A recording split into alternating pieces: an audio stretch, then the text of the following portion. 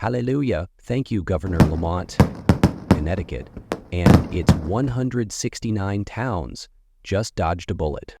Here's what Governor Lamont said about why he vetoed HB 5002. I don't do a lot of vetoes, but I'm announcing 2 vetoes today, so I thought I should spend a little bit of time explaining what I'm doing and why I'm doing it. And a veto doesn't mean dead stop. Veto means to me we can do a lot better, and I hope to do that with both these bills. The second bill, which you may have heard something about, is the housing bill, which reluctantly I'm going to veto that as well, and I'll tell you why, and I'll tell you why it's reluctant. The bill makes a really good start at a really important problem confronting our state.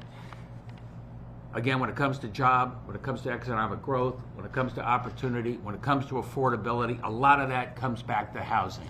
The high price of housing, the cost of housing, how zoning and the approval process and the permitting process can drive up the cost of housing and the amount of time it takes to get the job done.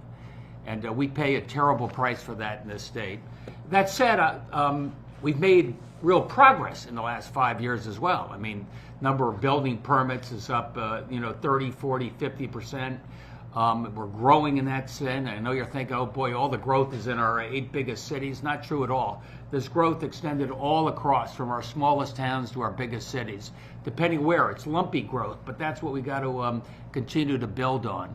That said, we can do better. We will do better. We're going to have a better bill, and I'd like to see that bill on my desk again after a special session this fall.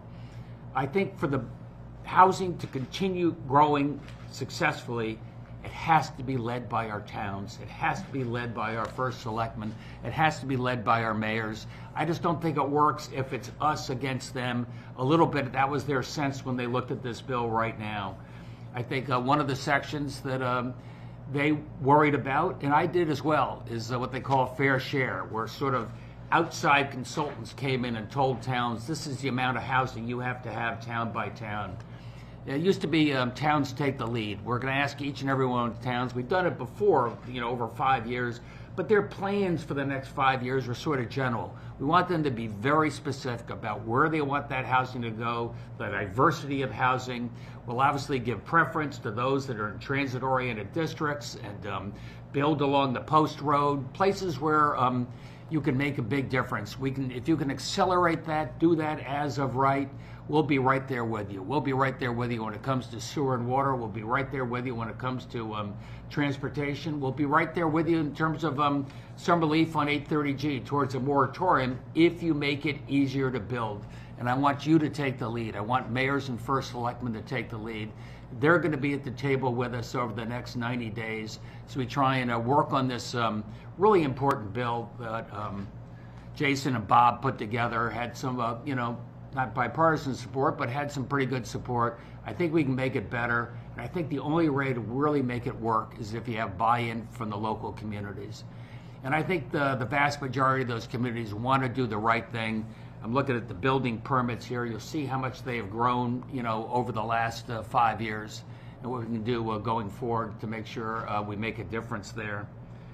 And I'm looking at how everybody breaks down on this housing issue, and it's sort of interesting to me that Republicans are usually the ones that are pro-growth and want to get rid of the red tape and over-regulation. And instead, in this case, it's the Republicans who are sort of slow growth and very happy with the local regulation. I'm not happy with the local regulation. I'm not happy with the local red tape, but I want the towns to take the lead. Tell me what you want your town to look like in 10 years and put in place plans to make it happen, just like I'm trying to do with the state of Connecticut. I'm trying to preserve as much open space as I can, concentrate housing in our towns and cities, make it a place where young people want to be, make it a place where single people can be, young people starting out, make our towns a place where, kids that grew up there maybe can afford a starter house there. Grandparents who want to downsize can find housing there. I want our mayors to take the lead there. And if they refuse to take the lead, then maybe the Fair Share group will come up with some numbers to help inspire them. I think the vast majority are going to take the lead. We're going to put in place a timeline for them to come up with a plan so we know what this state's going to look like, and folks know what their state's going to look like. It's going to be a diverse workforce. It's going to be a diverse housing section, great downtowns, preserving open space, and bringing our state back to life. It's about jobs, it's about opportunity, and that's what these two bills can be better, and that's why I'm vetoing them today. My sense was OPM hired a consultant. The consultant came up with a certain number of units that, based upon a variety of metrics, they thought that New Milford should, have this number of units. When I say town takes the lead, I say, New Milford, you know your town very well. You know where the watershed is. You know where the water and sewer is. You know how many people commute in your town. What do you want your town to look like in 10 years? And show me what type of housing you want to be, starting with affordable housing, hopefully in a downtown area. That's what I mean by, rather than us give them a number, they give us a number. But if they don't give us a number, then we'll step in. Well, there are about 2,000 bills, and I focus on, probably a half dozen. But to your point, I probably should have focused on this one sooner. Like you said, I thought it was town takes the lead, and there could be some relief if towns did that. I think this, crossed the line for a lot of folks, in particular when it comes to dictating or suggesting the number of units you ought to have, telling people you can have parking, you don't have any say over the parking. Doesn't bother me, but we got to figure out how we get this in a way that people buy in. Same thing for commercial, as of right. Makes really good sense to me that rather than have an empty, underused office building, people can convert that, do that, more quickly and readily. But I think we have to do it in a way that people buy in. Look, I can explain till I'm blue in the face. This is a planning document. Here are some suggested numbers. Go to the majority leader if you think you ought to have different numbers. This is just to get you inspired. But I think the general sense out there, with some really gross misrepresentation coming from some of the online advocates, is this is a dictate. And all of a sudden we're in that stew, which I don't think is very helpful. I think it's a planning document, but it's a very complicated planning document, and they assert a number, then you have to go say why that number is not right, so it's close.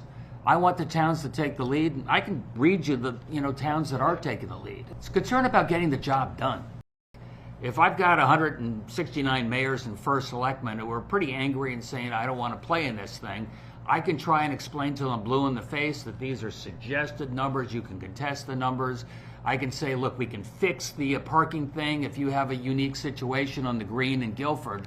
I think I can make this a better bill. I think I can do it on a timely basis that takes all that heat off the stove. I think this is a pretty good start. If you want to know the ones that have everybody's attention, obviously it's the fair share numbers, suggestion numbers. I think it's the parking that gets people's attention in a big way. Some people don't like the as of right, but the point of as of right is if you were a town determined in this area, this transit district, and this overlay, we're going to allow you to build multifamily. I come into town, they got 2 acre zoning. That's as of right too for 2 acre zoning.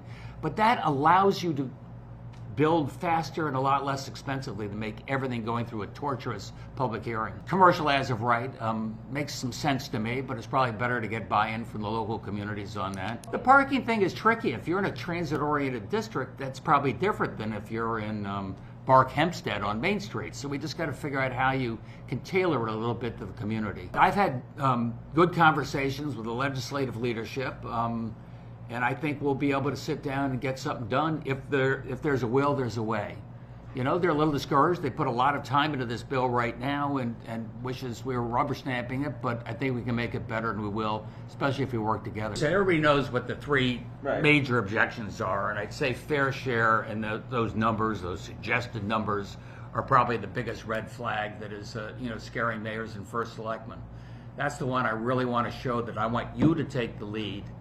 Show us what you want your town to look like. You're going to have a partner in the state government. What we have is out there over the last 3 or 4 years saying, show us a plan, what you want your town or city to look like over the next 5 years, and then you update that.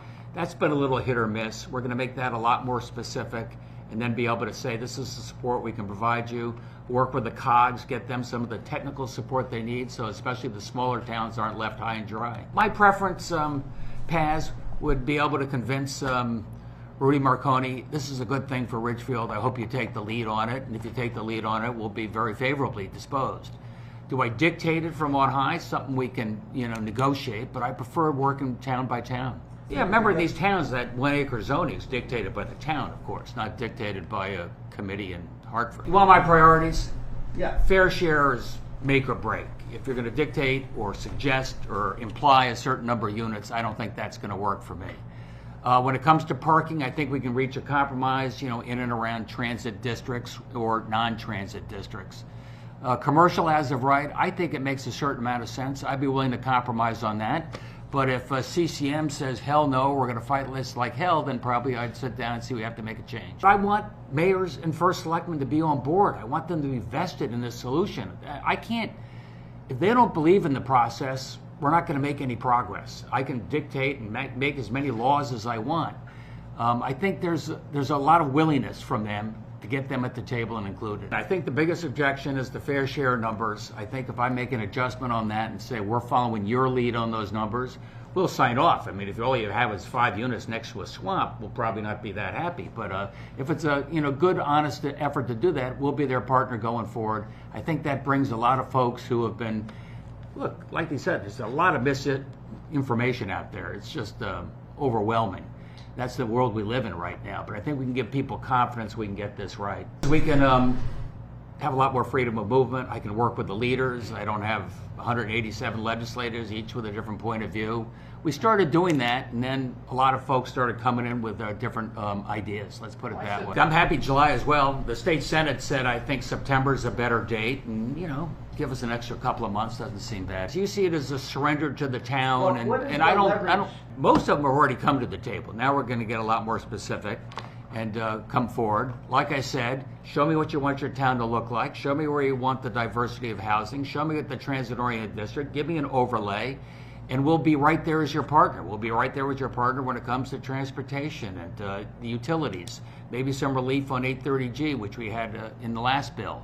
So there are ways that I think we can get those last folks on board with us. I think the nature of the process is we get all the bills, then we read the bills, and we come up with things. Let's assume that 98% of the bills we sign off on are good. Sometimes there's a lot of last-minute horse trading that gets into a bill at the last moment. There's some changes. So I think we're in pretty good shape. People have known I've had some concerns, especially about the fair share piece since the very beginning. And I've been in communication with the leaders more recently, to be blunt about it, but they sort of know what my concerns have been, certainly over the last month. We've got about 200 bills that we've signed off on together. I feel pretty good about our relationship with the legislature. The 5-year planning documents, most towns have come forward with that and given us some numbers. I think you can see that reflected in the building permits, just the great increase in building permits. Some concern that all of the building permits are being built right now because of interest and other headwinds. But so I think you see, growth there. I'm trying to pick that up. That's what Jason was trying to pick up. That's what Bob is trying to do. Make it faster, make it less expensive, but don't ask the towns to give up all the local control. New Towns building permits are up 100%. New Haven's building permits are up 103%. New London's building permits are up 170% compared to 5 years ago.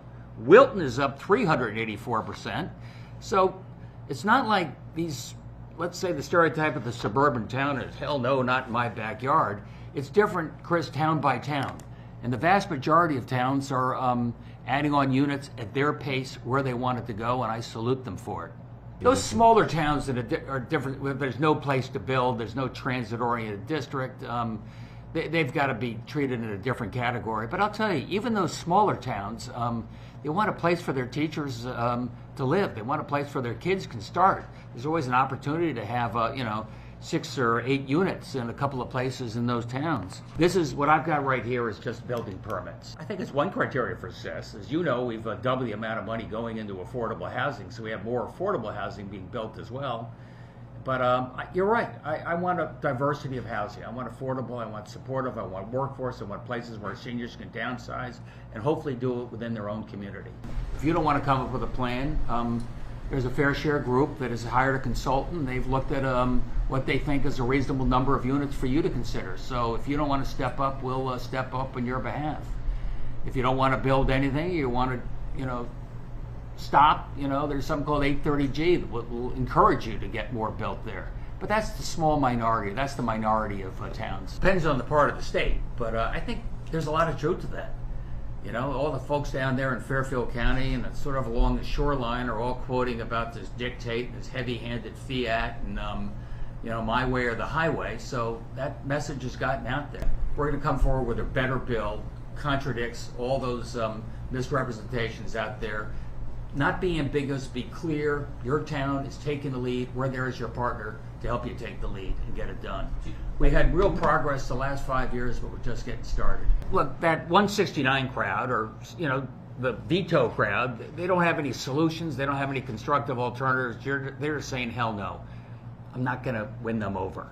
But I think when it comes to our towns and cities and first selectmen and planning and zoning people of goodwill who know how important it is for our towns and our state to continue growing, we're going to get it done. Well, I'm running out of options. They don't like mandates. They don't like incentives. What do I do? Say pretty please? It just seems to make some sense to me. If you're going to build 50 units in East Windsor, but you need some sewer and water, I'll be there as your partner. I got to read the legal provision, but yeah, I mean, everybody wants me to add more railroad cars in Shoreline East, a little more housing, demand, supply. You end up putting more transportation in there. Leave out the fair share numbers, but I am saying I'm going to be your partner and work with you if you come forward with a plan that shows you what your town's going to look like and has a diversity of housing in your downtown area. So that's what I'm going to do. We have a supply problem. We're not building enough housing. And it was easy 10 years ago because not that many people want to move here. Now they want to move here. We have a dearth of housing, and that's all different types of housing. And that's why I'm really proud that we've increased the housing supply quite a bit over the last 5 years, but we're just getting started. And all this incredible uncertainty doesn't help people's appetite for making big investments like investments in housing either. That's sort of, you know, you can have all the building permits you want. If people don't feel confident to put their money where their mouth is, it makes it a lot more complicated. I build 100 units in my town, and 10% of them are affordable. I'm not making any progress towards that 10%, you know, 830G quota. I think we ought to rethink how I incent towns to get more affordable housing, because that you can be just moving sideways if you heard the, you know, it's a denominator problem there. I think you ought to reward people for building more affordable housing, less on a percentage basis, but maybe something we should think about in the next 90 days. We got David Corus over at MRTA. We'll have a group over at our housing department. Towns are going to submit their 5-year plans. We'll look at them and see whether they're BS or they're real. If they're real, we'll say perhaps you need this for utilities or this for transportation or new rail station, whatever it might be. We'll find ways that we can put together a partnership to make it real. If you're one of those small minority guys that don't want to play, then we're going to step in. We're going to say we got something called fair share. A consultant has come forward a number of units. You don't want to tell me the number of units you think you ought to do. Here's a group that's really to give you this. Well, two things. I mean, A, you got 830G, so that gets their attention if they refuse to do anything and sit tight. And B, you know, I've got SIF, I've got other programs that people often want help from the state on. All right, thanks everyone. But for the efforts of CCM, Cost, and that 169 group the governor disparaged, who knows what might have happened otherwise. So thanks to Governor Lamont and to everyone who reached out to him while he kept us all in suspense.